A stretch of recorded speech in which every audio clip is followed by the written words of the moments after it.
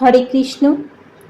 শ্রীমদ্ ভগবদ্গীতার 11 অধ্যায়ে বিশ্বরূপ দর্শন যোগে ভগবান শ্রীকৃষ্ণের বলা কয়েকটি কথা আজ বলবো। অর্জুন বললেন, আমার প্রতি অনুগ্রহ করে তুমি যে আধ্যাত্ম তত্ত্ব সম্বন্ধীয় পরম গুহ্য উপদেশ আমাকে দিয়েছ, তার দ্বারা আমার মোহ দূর হয়েছে। হে পদ্মলোচন, সর্বভূতের উৎপত্তি ও প্রলয় সম্বন্ধে তোমার কাছ থেকে বিস্তারিতভাবে আমি শ্রবণ করেছি এবং তোমার অব্যয় মাহাত্ম্য উপলব্ধি করতে পেরেছি। হে পরমেশ্বর, তোমার সম্বন্ধে তুমি যে রূপ বলেছ, আমার সম্মুখে তোমাকে সেভাবেই দেখতে পাচ্ছি। তবুও হে পুরুষোত্তম, তুমি যেভাবে এই সৃষ্টিতে প্রবেশ করেছ, আমি তোমার ওই ঐশ্বর্য রূপ দেখতে ইচ্ছে করি। হে প্রভু, তুমি যদি আমাকে তোমার ওই বিশ্বরূপ দর্শন করার জন্য সমর্থ বলে মনে করো, তাহলে হে যজ্ঞেশ্বর, আমাকে তোমার সেই অনন্ত নিত্য স্বরূপের দর্শন দান করো। শ্রী ভগবান বললেন, হে পার্থ, নানা বর্ণ ও আকৃতি বিশিষ্ট আমার শত সহস্র বিবিধ বিদ্য রূপ সমূহ দর্শন করো। অর্জুন শ্রীকৃষ্ণের বিশ্বরূপ দর্শন করতে চেয়েছিলেন। ভগবানের এই রূপ দিব্য হলেও এই জড় সৃষ্টির পরিপ্রেক্ষিতে প্রকাশিত হয় এবং তাই এই জড় জগতের সমসাময়িক কালের উপর নির্ভরশীল। জড় প্রকৃতি যেমন ব্যক্ত এবং অব্যক্ত হয়, তেমনি শ্রীকৃষ্ণের এই বিশ্বরূপও প্রকট হয় এবং অপ্রকটও হয়। শ্রীকৃষ্ণের অন্যান্য প্রকাশের মতো তার এই রূপ চিদাকাশে নিত্য বিরাজমানও নয়। ভগবানের ভক্তেরা বিশ্বরূপ দর্শনে উৎসাহী নন, কিন্তু অর্জুন যেহেতু শ্রীকৃষ্ণকে এই রূপে দেখতে চেয়েছিলেন, তাই শ্রীকৃষ্ণ সেই রূপে নিজেকে প্রকাশিত করেছেন। কারণ এই জড় জগতে একমাত্র অর্জুনই হলেন ভগবান শ্রীকৃষ্ণের পরম ভক্ত, পরম সখা, পরম বন্ধু, পরম ভাই। কোনো সাধারণ মানুষের পক্ষে ভগবানের বিশ্বরূপ দর্শন করা সম্ভব নয়। শ্রীকৃষ্ণ শক্তি প্রদান করলেই কেবল এই রূপ দর্শন করা যায়। হে ভারত, সমস্ত আদিত্য, বসু, রুদ্র, অশ্বিনী কুমার, মরুত এবং পূর্বে অদৃষ্ট অনেক আশ্চর্য রূপ সমূহ দেখো। অর্জুন ছিলেন ভগবান শ্রীকৃষ্ণের অন্তরঙ্গ সখা এবং বিশেষ জ্ঞানী পুরুষ। তবুও তার পক্ষে শ্রীকৃষ্ণ সম্বন্ধে সবকিছু জানা সম্ভব ছিল না। যে মানুষেরা ভগবানের এই রূপ এবং প্রকাশ সম্বন্ধে পূর্বে কখনো শোনেননি অথবা জানতে পারেননি, এখন শ্রীকৃষ্ণ সেই রূপ বিস্ময়কর রূপসমূহ প্রকাশ করেছেন, তা জেনে নিন। হে গুড়াকেশ, আমার এই বিরাট দেহ একত্রে অবস্থিত সমগ্র স্থাবর জঙ্গমাত্মক বিশ্ব এবং অন্য যা কিছু দেখতে ইচ্ছে করো তা এক্ষণে দর্শন করো। কিন্তু তুমি তোমার নিজের চক্ষুর দ্বারা আমাকে দর্শন করতে সক্ষম হবে না, তাই আমি তোমাকে দিব্য চক্ষু প্রদান করছি। তুমি আমার অচিন্ত যজ্ঞেশ্বর দর্শন করো। সঞ্জয় বললেন, হে রাজন, এভাবে বলার পর মহান যজ্ঞেশ্বর ভগবান শ্রীকৃষ্ণ অর্জুনকে তার বিশ্বরূপ দেখালেন। অর্জুন সেই বিশ্বরূপে অনেক মুখ, অনেক নেত্র, অনেক অদ্ভুত দর্শনীয় বস্তু দেখলেন। সেই রূপ অসংখ্য দিব্য অলঙ্কারে সজ্জিত ছিলেন এবং অনেক উদ্যত দিব্য অস্ত্র ধারণ করেছিলেন। সেই বিশ্বরূপ দিব্য মালা ও দিব্য বস্ত্রে ভূষিত ছিলেন এবং তার অঙ্গ দিব্য গন্ধ দ্বারা অনুলিপ্ত ছিল। সবই ছিল অত্যন্ত আশ্চর্যজনক, জ্যোতির্ময়, অন্তত ও সর্বব্যাপী।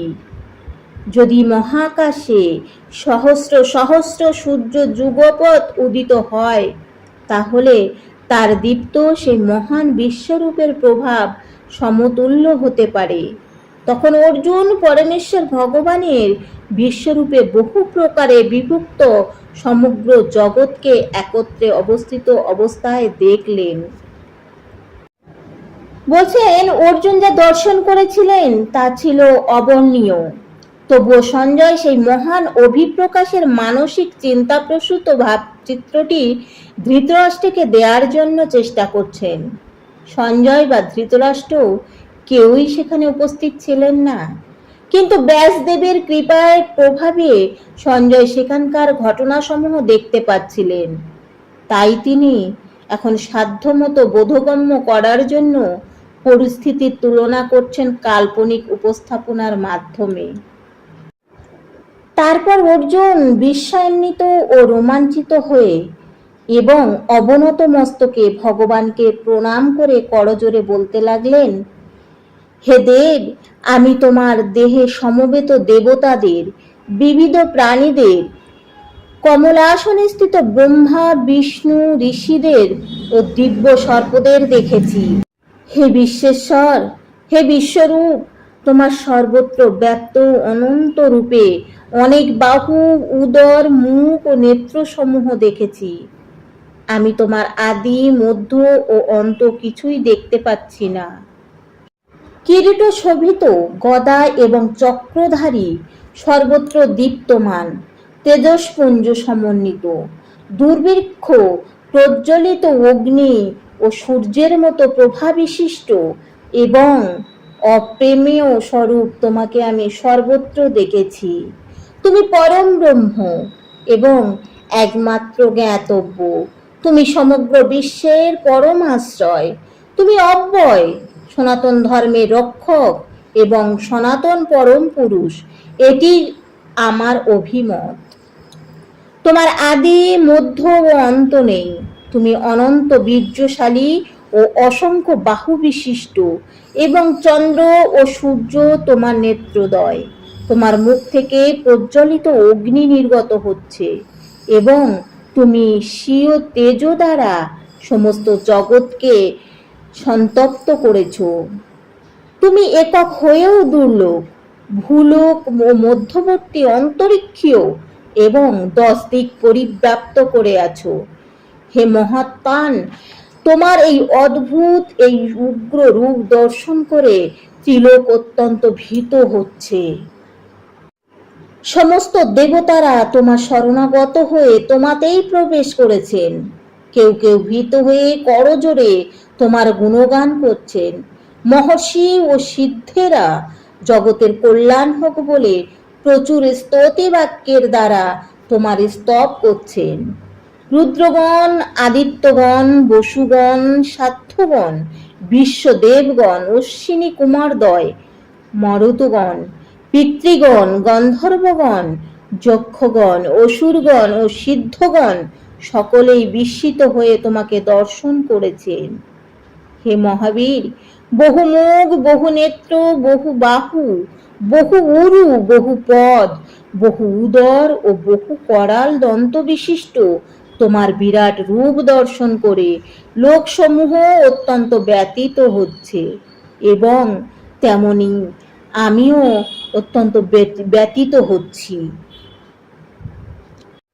হে বিষ্ণু, তোমার আকাশচুম্বী তেজময় বিবিধ বর্ণযুক্ত বিস্তৃত মুখমণ্ডল এবং উজ্জ্বল আয়ত নেত্র বিশিষ্ট তোমাকে দেখে আমার হৃদয় ব্যতীত হচ্ছে এবং আমি ধৈর্য ও স্থৈর্য রক্ষা করতে পারছি না। হে দেবেশ, হে জগন্নিবাস, ভয়ঙ্কর দন্তযুক্ত এবং প্রলয়াগ্নি সদৃশ্য তোমার মুখমণ্ডল দেখে আমার দিগ্ভ্রম হচ্ছে এবং আমি শান্তি পাচ্ছি না। তুমি আমার প্রতি প্রসন্ন হও। ধৃতরাষ্ট্রের পুত্রেরা, তাদের মিত্র সমস্ত রাজন্যবর্গ এবং ভীষ্ম, দ্রোণ, কর্ণ এবং আমাদের পক্ষের সমস্ত প্রধান যোদ্ধাগণও তোমার করাল দন্ত বিশিষ্ট মুখসমূহের মধ্যে দ্রুত বেগে প্রবেশ করছে এবং দন্ত মধ্যে লগ্ন হয়ে তাদের মস্তক চূর্ণ হচ্ছে। নদীসমূহ যেমন সমুদ্রাভিমুখে প্রবাহিত হয়ে সমুদ্রে প্রবেশ করে, তেমনি নরলোকের বীরগণ তোমার জ্বলন্ত মুখবিহরে প্রবেশ করছে। পতঙ্গগণ যেমন প্রবল বেগে ধাবিত হয়ে মরণের জন্য জ্বলন্ত অগ্নিতে প্রবেশ করে, তেমনি এই মানুষেরাও মৃত্যুর জন্য প্রবল বেগে তোমার মুখবিহরে প্রবেশ করছে। হে বিষ্ণু, তুমি তোমার জ্বলন্ত মুখসমূহের দ্বারা লেহন পূর্বক সকল লোককে গ্রাস করেছ এবং তোমার দীপ্ত তেজরাশির দ্বারা সমগ্র জগৎকে আবৃত করে সন্তপ্ত করেছ। হে দেবশ্রেষ্ঠ, উগ্ররূপ তুমি কে তার কৃপা করে আমাকে বলো। তোমাকে নমস্কার করি, তুমি প্রসন্ন হও, তুমি আদি পুরুষ। আমি তোমার প্রবৃত্তি সম্বন্ধে অবগত নই, আমি তোমাকে বিশেষভাবে জানতে ইচ্ছে করি। শ্রী ভগবান বললেন, আমি লোকক্ষয়কারী প্রবুদ্ধ কাল এবং এই সমস্ত মানুষকে সংহার করতে এক্ষুনি প্রবৃত্ত হয়েছি। তোমরা বা পাণ্ডবেরা ছাড়া উভয় পক্ষের সমস্ত যোদ্ধাই নিহত হবে। অতএব তুমি উৎক্ষিত হও এবং যশ লাভ করো। তোমার শত্রুদের পরাজিত করে সমৃদ্ধশালী রাজ্য ভোগ করো। আমার দ্বারা এরা পূর্বেই নিহত হয়েছে। হে সব্যসাচী, তুমি কেবল নিমিত্ত মাত্র হও। দ্রোণ, ভীষ্ম, কর্ণ, জয়দ্রথ এবং অন্যান্য যুদ্ধ বীরগণ ইতিপূর্বেই আমার দ্বারা নিহত হয়েছে। সুতরাং তুমি বিচলিত না হয়ে তাদের বধ করো। তুমি যুদ্ধে শত্রুদের নিশ্চয়ই জয় করবে, অতএব যুদ্ধ করো। সঞ্জয় ধৃতরাষ্ট্রকে বললেন, হে রাজন, ভগবান শ্রীকৃষ্ণের এই বাণী শ্রবণ করে অর্জুন ভীত চিত্তে ও কম্পিত কলেবরে কৃতাঞ্জলি পুটে প্রণাম করে গদগদ ভাবে শ্রীকৃষ্ণকে বললেন, হে ঋষিকেশ, তোমার মহিমা কীর্তনে সমস্ত জগৎ হৃষ্ট হয়ে তোমার প্রতি অনুরক্ত হচ্ছে। রাক্ষসেরা ভীত হয়ে নানা দিকে পলায়ন করছে এবং সিদ্ধরা তোমাকে নমস্কার করছে। এ সমস্তই যুক্তিযুক্ত।